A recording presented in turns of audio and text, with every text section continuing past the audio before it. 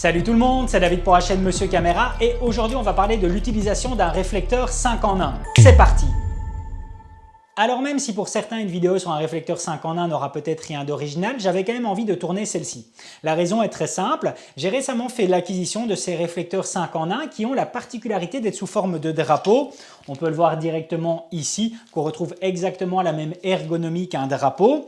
On a ce système 5 en 1 avec le reflet argenté. On va directement avoir une surface noire pour nous donner par exemple un négatif fil.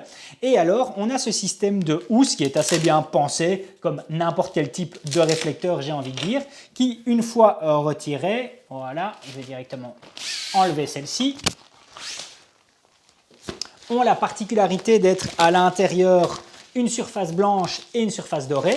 Et puis surtout, le gros plus, c'est d'avoir justement cette couche de diffusion qui, si je la déplace et si je remets directement ici, on peut voir directement avoir une diffusion supplémentaire. Alors par contre, ne me demandez pas exactement de calculer celle-ci car je ne suis pas équipé pour, et puis parce que ce n'est pas précisé directement sur le produit, mais n'empêche qu'elle est hyper efficace en extérieur. Alors si je vous parle de tout ça aujourd'hui, c'est parce que je suis littéralement tombé sous le charme de l'utilisation de ceci en extérieur.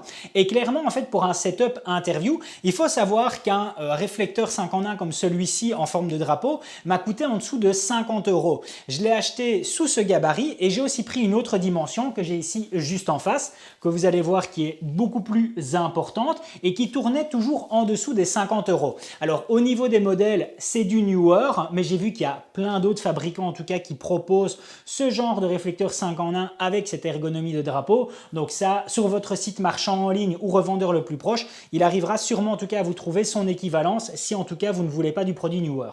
Alors je pourrais encore vous parler du produit comme ça dans le vent en vous le montrant dans tous les sens, mais rien ne vaut directement une mise en place. J'ai fait un petit test en extérieur avec un setup interview assez simple et je l'ai effectué sur 2 moments de la journée. Pour le premier test, j'ai choisi de le faire sur l'heure de midi, lorsque le soleil est au zénith et à contre-jour en supplément. Le plus grand des 2 réflecteurs était sur le dessus en utilisant la toile de diffusion et le plus petit sur le devant en utilisant le réflecteur argenté.